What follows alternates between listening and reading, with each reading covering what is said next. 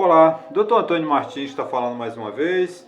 Peço a vocês que se inscrevam no meu canal, passe para uma amiga, para um amigo, para que a gente possa cada vez mais, né, trocar nossas experiências, as nossas, as nossas dúvidas, né? Se inscreva no meu canal, aperte lá no sininho lá para quando eu gravar um vídeo vocês serão notificados. Gente, eu vou continuar num trabalho bem difícil, é até difícil para a gente ensinar, porque ele é complexo, né? É o regime previdenciário complementar. O que é isto? Vamos ver, a gente chega lá. Como sabemos, né? A Previdência Social, ela é composta de regimes públicos, né? Como o Regime Geral de Previdência Social, que a gente chama de RGPS, e os regimes próprios de previdência social públicos, né? É um sistema de repartição, né? Ele é compulsório, ou seja, as pessoas são obrigadas a se inscreverem, a recontribuir, né? E são geridos pelo poder público, né? Acontece que eles têm sempre, né? Qual o objetivo da Previdência Social, dos regimes próprios de Previdência Social? É suprir, né, as necessidades. Por exemplo, quando a pessoa envelhece, para de trabalhar e deixou de receber salário, mas ele recebe uma aposentadoria. A aposentadoria nada mais é do que a substituição do salário ou do subsídio que a pessoa recebia quando estava apta a exercer alguma atividade laboral. Mas à medida em que a idade chegou ou sofreu algum acidente que o impossibilita, ele fica suscetível de recuperação, vem o governo e ampara essa pessoa com aposentadoria em substituição daqueles rendimentos que ele recebia, né? Só que outro regime público, ele também vem, o regime que eles chamam o funcionário público, né, que ele exerce, né, o cargo efetivo, ou seja, ele passou num concurso, né? Mas também o governo incentiva o regime previdenciário complementar. O que é isso? Um exemplo, uma pessoa que ganha 20 mil reais por mês, ela contribui com o valor até 7 mil, que é o teto máximo da Previdência Social. Então, quando ele se aposenta, ele não vai se aposentar por 20 mil, ele vai se aposentar por 7. Então, ele sofre uma redução drástica nos seus rendimentos quando se aposenta. Para isso, o governo então criou a Previdência Privada, que é para você complementar, para quando você se aposentar, você ter a aposentadoria, né, de 7 mil reais e uma certa complementação da Previdência Privada que você contribuiu durante seu tempo de que você trabalhou, para você não ter muita perda de renda, né?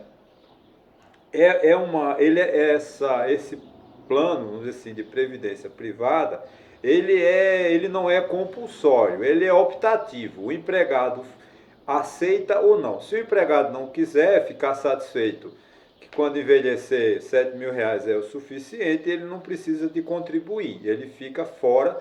O empregador não pode obrigar que ele opte por esse regime previdenciário privado, né? Ele é optativo. Em algumas empresas, quando a gente traz isso para o setor privado, em algumas empresas é até complicado, porque as empresas elas não podem privilegiar um em detrimento do outro. Eles têm que trabalhar de certa maneira, de uma certa isonomia. Os empregadores eles não podem criar um privilégio, né? Uns funcionários ou os seus colaboradores, né? Como é o nome moderno de empregado hoje, é colaborador, uns sejam mais privilegiados que outros. Uns têm uma previdência privada e outros não. Então é complicado, mas as empresas chegam a um acordo e acabam atendendo também as necessidades dos seus colaboradores ou antigamente empregado. Eu fui durante minha vida empregado, tá? Ela pode, esse tipo de benefício, né, a previdência complementar privada, pelo nome diz, pode ser também exercido pelo setor privado, mas também o setor público, né? Quando a Constituição de 88 foi instituída, promulgada, já existia, né, um regime complementar de previdência privada. Era muito complicado, era a Lei 6.435 de 77 que regulamentava isso.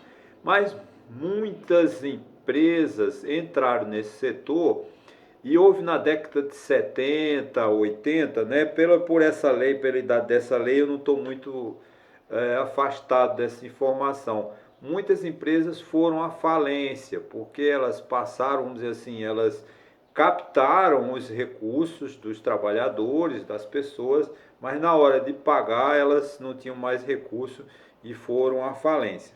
Tanto é que depois de 88 as empresas elas que atuam nesse setor elas não podem ir à falência.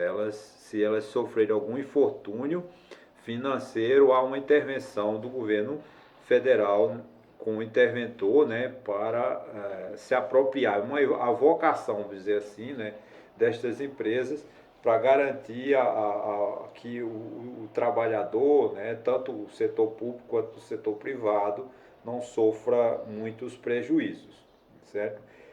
A Constituição antes da Constituição de 88, a Constituição de 88 trouxe essa previsão da criação de previdência privada pela Constituição, mas era o próprio governo federal que ia gerir, era a própria Previdência Social que ia criar um estatuto e ia cobrar uma contribuição extra, né? Uma contribuição excepcional. Mas isso não foi muito...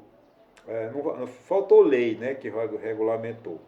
Né? Só a partir da emenda constitucional 20 de 98 é que esse sistema foi mais ou menos regulamentado e que trouxe realmente mais ou menos a configuração que nós temos hoje em dia, né?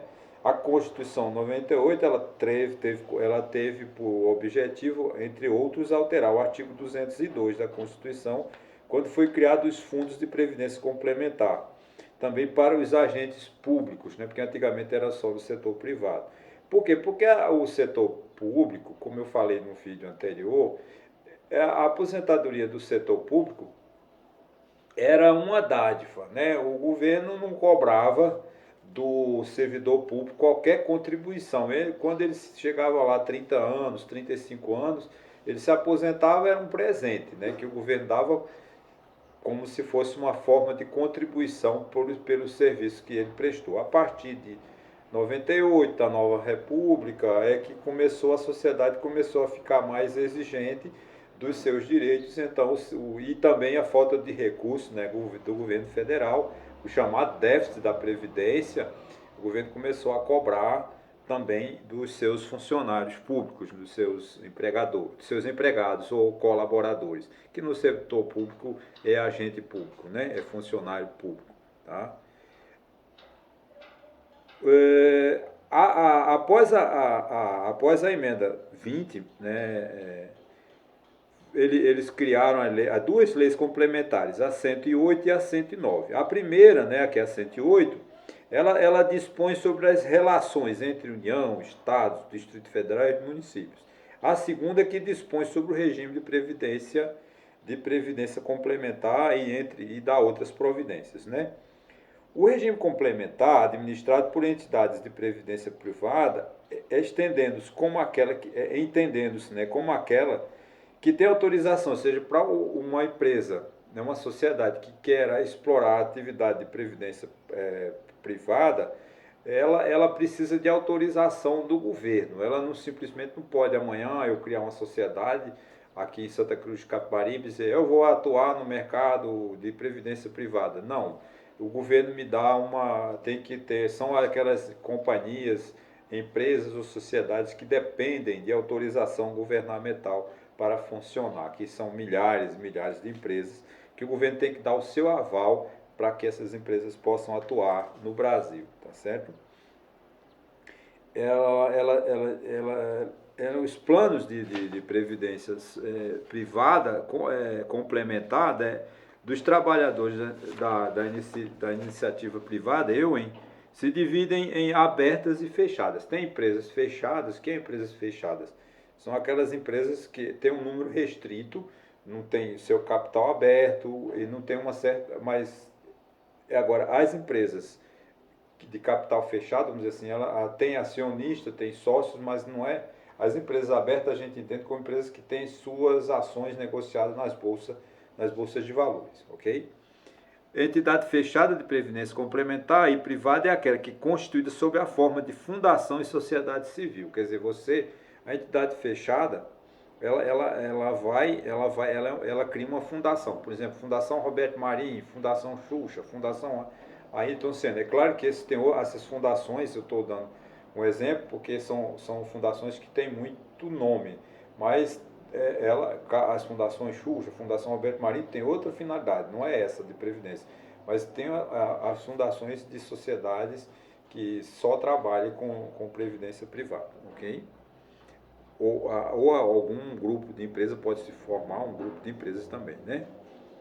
A entidade aberta de previdência complementar privada é aquela que não se enquadra na hipótese anterior e são instituições financeiras que exploram economicamente o ramo de infortúnios do trabalho e que tem por objetivo a instituição e operação de planos de benefício de caráter previdenciário em forma de renda continuada ou pagamento único. Quer dizer, essas são empresas que vendem seguro de vida, seguradoras, né? Geralmente são seguradoras. Essas empresas elas também podem atuar no ramo de previdência privada, tá certo?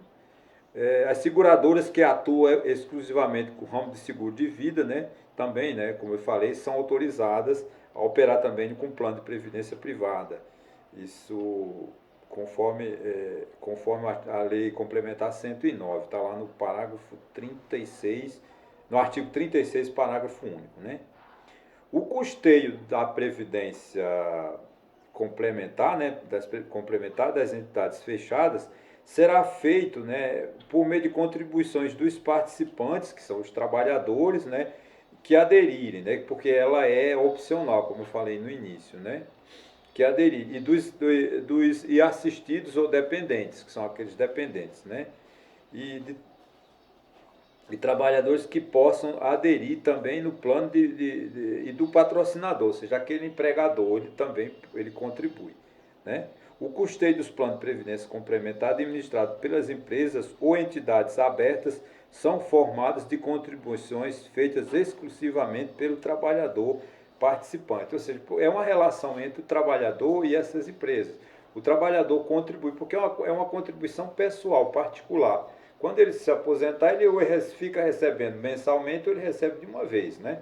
Ele pode fazer um contrato, depende muito do tipo de contrato que você faz. Tem empresas que acho que meu vídeo está muito branco, mas tudo bem. Essa câmera está me deixando louco. Vamos lá. Agora, a lei uma muito importante, né? A lei 12.618, ela instituiu o regime de previdência complementar para os servidores públicos federais, titulares de cargos efetivos, incluindo também os funcionários dos juízes, né? Ministério Público, etc, etc. Criou um limite máximo, né, de concessão de aposentadorias e pensões pelo regime previdenciário que trata o artigo 40 da Constituição Federal. E autorizou, né, a criação de 3 entidades fechadas de previdência complementar para que possa fazer o gerenciamento, a fiscalização e o acompanhamento, né, dessas contribuições, tá certo? Criou a Previdência Social Complementar do Servidor Público Federal, né, do Poder Executivo, FUNPRESP, EXE, né, é executivo.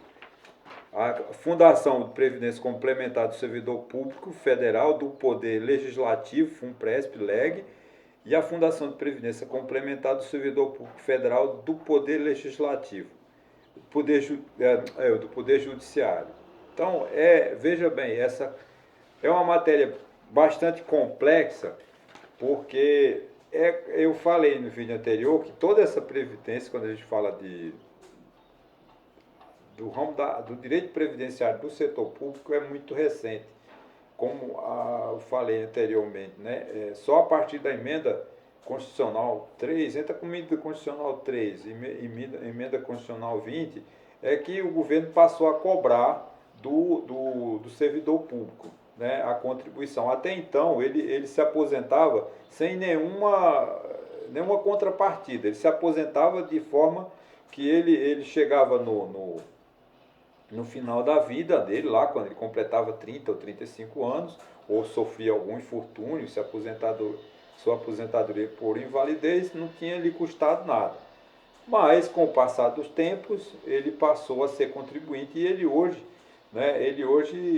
é o funcionário público, o servidor público é um contribuinte, um segurado quase igual a todos nós, né? É claro que ainda prevalece muitos privilégios, porque como são várias emendas constitucionais que foram alterando ao longo do tempo, existem vários grupos, né, do setor público, aposentados que contribuíram antes da emenda 3, com funcionários que entraram depois da emenda 20, funcionários depois que entraram na emenda 41, funcionários públicos que entraram depois da emenda 47, funcionários que entrarão após o advento da emenda 103. Então o setor público é muito complexo, porque os direitos adquiridos, né, e os novos direitos, tudo isso, o governo fez isso para quê? Tentando encontrar uma forma de pagar menos a aposentadoria, né? Porque o aposentado do setor público, ele tinha muitas regalias, ele tinha uma boa remuneração e quando ele se aposentava, ele levava aquela remuneração boa para o resto da vida. Por exemplo, dos militares, que eu não vou falar, porque os militares têm uma legislação específica, mas eu não vou falar nesse nosso bate-papo.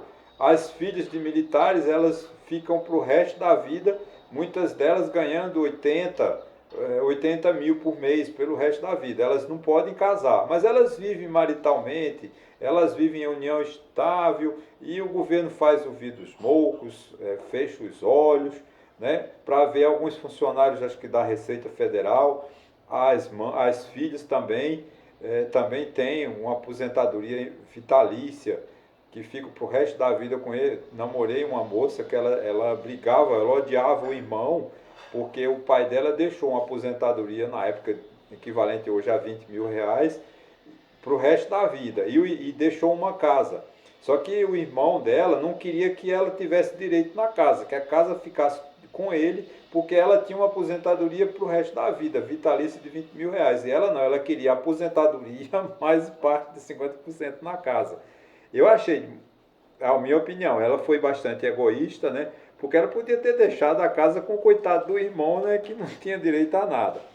Mas não, ela brigou na justiça durante anos, né? E ganhou, né? O direito a 50% da casa. Então eram os irmãos que se odiavam, né? Graças a Deus eu não casei com ela, porque eu ia ter um cunhado que não se dava com a minha esposa. Mas tudo bem, são só exemplos das injustiças que tem no setor público. Não quero fazer uma crítica ao setor público, né? Porque cada um tem seus direitos, né? Mas que infelizmente, né, o setor, nem estou fugindo do assunto. É um assunto difícil, eu confesso que eu encontrei dificuldade de fazer uma leitura, de fazer uma interpretação, mas a gente vai, né, com o passar do tempo, a gente vai, se necessário for, eu vou complementando e a gente vai chegando a um bom termo, ok, gente? Não quero tomar mais o tempo de vocês, mais uma vez eu quero pedir que vocês se inscrevam no meu canal, que vocês repassem para uma amiga, para um amigo, para que a gente possa manter esse nosso contato, ok, gente? Muito obrigado e até uma próxima, viu?